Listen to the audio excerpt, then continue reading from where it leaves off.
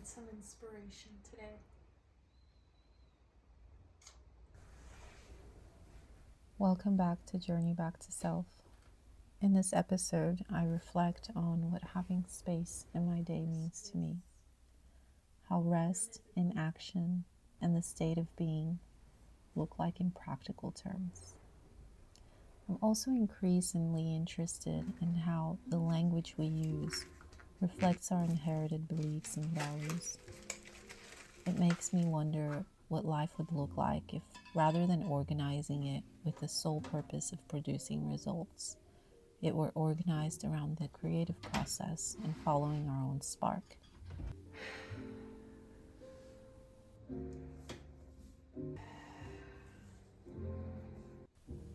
I've become increasingly more aware of spaciousness in my day, such as moments of rest, inaction, noticing, and taking things in rather than rushing towards things with a plan. I've realized this year that I actually need a lot of spaciousness in my life, much more than I ever really understood before. I need time where I'm not necessarily doing anything in particular, or I might be sitting at home having tea, taking a walk somewhere unexpected, like wandering the surrounding streets of my home, or just listening to the sounds outside. And I've realized that this space isn't really a nice thing to have for me anymore. It's becoming a non-negotiable. When I give myself that space, sometimes a lot of space, sometimes just a little bit of space, I always come back much more creative and full of ideas and energy. When I don't give myself enough of it, I tend to become quite overwhelmed. So I've started wondering what actually exists in that space. Because we have so much language around doing, and we organize so much of our lives around what we're doing. But what is the language around being?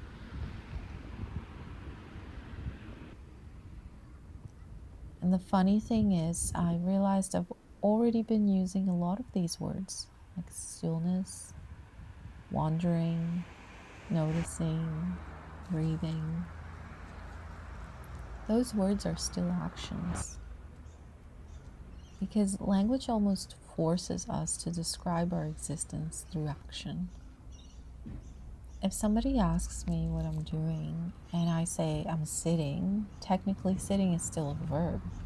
If I'm lying down or watching the birds outside, I'm still answering the question of what I'm doing. But what if I'm just existing? What does being actually look like in practical terms?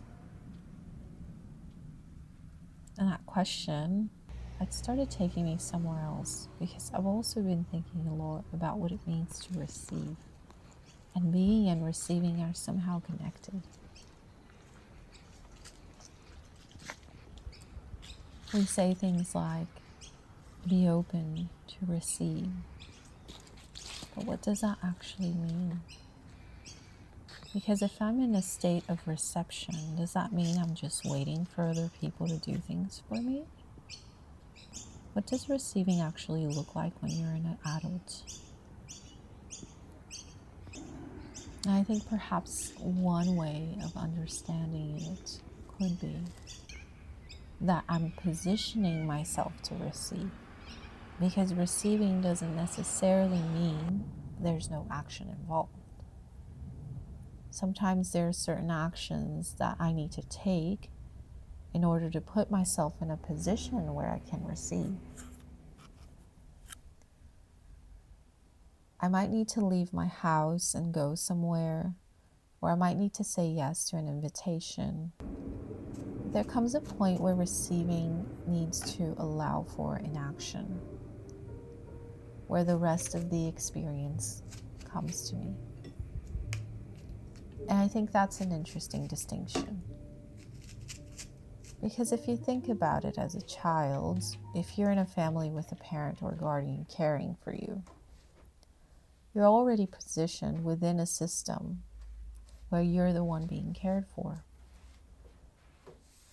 But when you're an adult, perhaps part of learning how to receive is learning how to position yourself to be cared for, to receive help or attention, or simply to receive whatever experience life has to offer you. So there is action involved in receiving. But the action is not about controlling what happens next. I can position myself to receive Oh my gosh. and then leave space so that it's open for possibility. And I think that's where I've come back to pauses and silence again and again, because these are manifestations of space. For example, in a painting, negative space isn't something missing from the painting, it's part of the composition. In music, a pause doesn't mean the song has ended. It actually creates exciting anticipation. I'm starting to wonder whether the same thing is true for life. I noticed I didn't follow the same order today. Like usually I tune in and then I select a color. Um, but I cleansed the space with the bell before, and I felt like I really aligned to the sound of the bell, and immediately I thought of orange, like sunset orange.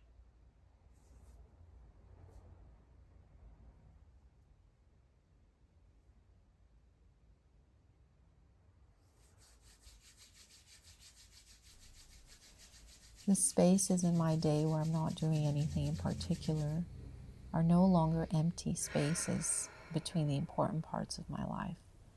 They've become a meaningful part of the composition too. And that's what I'm more and more curious about. What happens when I don't immediately fill the space? What happens when I stop asking myself what I'm doing and become interested in what is already happening? Because perhaps the other side of doing is being. And by allowing myself to spend more time not doing, I'm starting to discover what actually exists there. I still can't explain exactly what being is yet. It'll probably look different and feel different for each person. And I can't say what else I'm going to find out. But I think that's the experiment. Pity the sun's going down.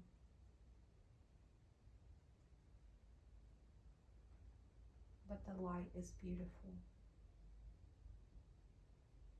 We can cry over endings,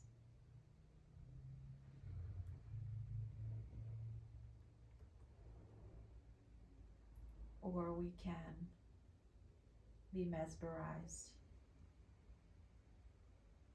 by its beauty. It's just a phase like any other.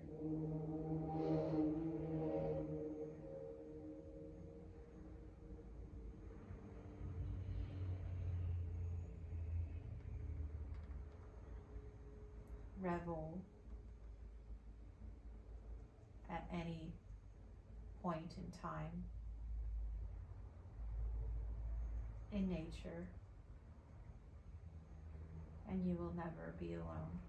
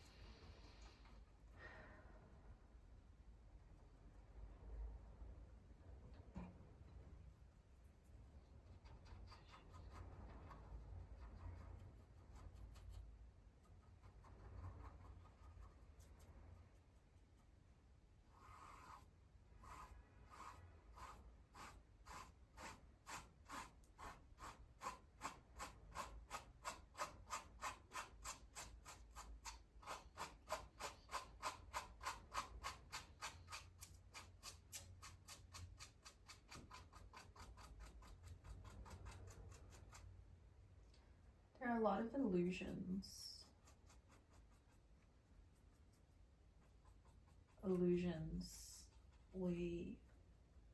We encounter illusions every single day. And I feel like it can cause anger when we realize something isn't true.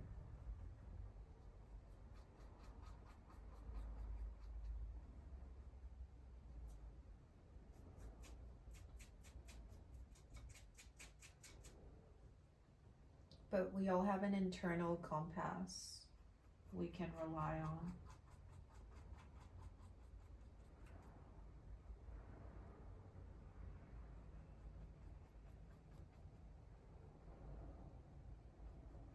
It might not always be right, but at least you're relying on your own judgment.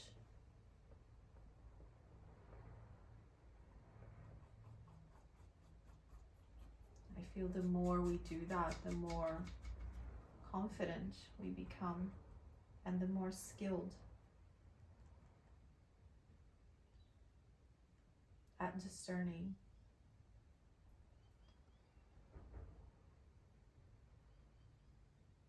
And the more forgiving too. Something I learned in therapy has had such a profound effect on my life. I've been wondering what receiving looks like, and this unlocked a whole new understanding, which is simply asking an open-ended question and then letting the universe respond. For example, you start the day by asking, what's the next wonderful thing that can happen in my life?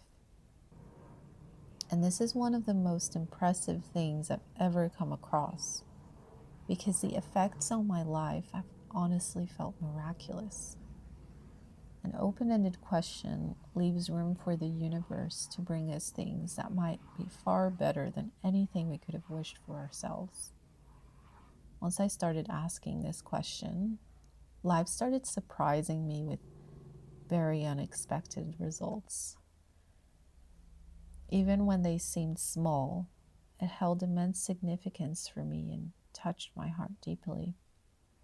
It could be a warm exchange with a stranger, feeling inspired to visit a new place that then became one of my favorite places, or meeting someone who became a significant person in my life, who offered me exactly the wisdom I needed at that moment in time. And I think what the question has really done is allow me to be open to inspiration and to have more courage to follow it. Because after all, if I remain open to the unexpected, then I'm much more likely to stay light on my feet and leap into new experiences. And perhaps the question itself is another kind of pause.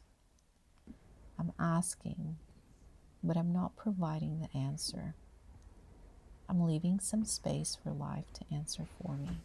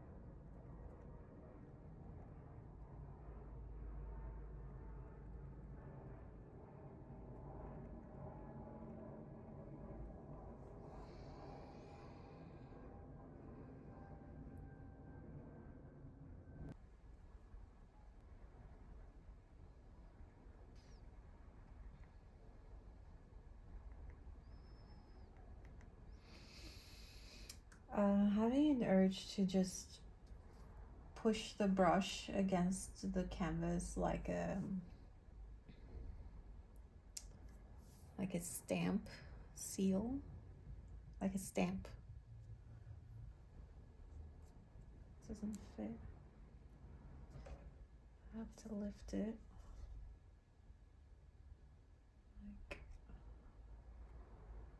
like that.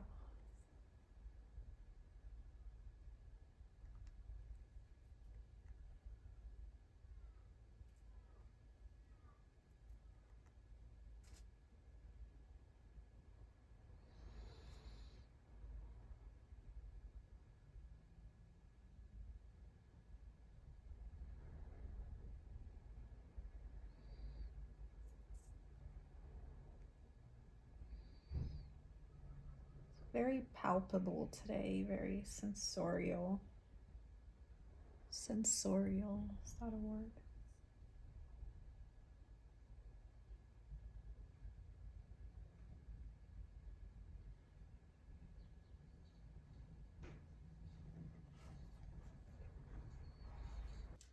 I always remember something I saw in one of those History Channel documentaries, that the pyramids were aligned according to the stars in the constellation.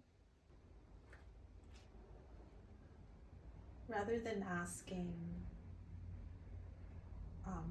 why it's not true, I rather ask, what if it is true? I think that opens us up to more possibilities, rather than focus our gaze, our perception into contracting, eliminating all the possibilities until you reach one. I like going the other way, where you're expanding possibility. I love the symbolism of the pyramid, and it has shown up in my drawings too. I think the triangle is a very interesting shape as well, and it can become a quite elegant element in a composition. But also the pyramid has become a symbol for me, a symbol for a temple, for mystery, for questions. I was painting a lot of roses a year or two ago, and I was so fixated on white roses, and I looked up the meaning of white roses, and at the time it really coincided with this feeling of living a new beginning. Then it became part of my own repertoire of symbols, where a white rose doesn't have to necessarily mean a new beginning. It could also mean hope. It could mean uncertainty. It could mean peace during uncertainty. It could change, because it's part of my experience, so it changes. The meanings of the symbols change with my experience.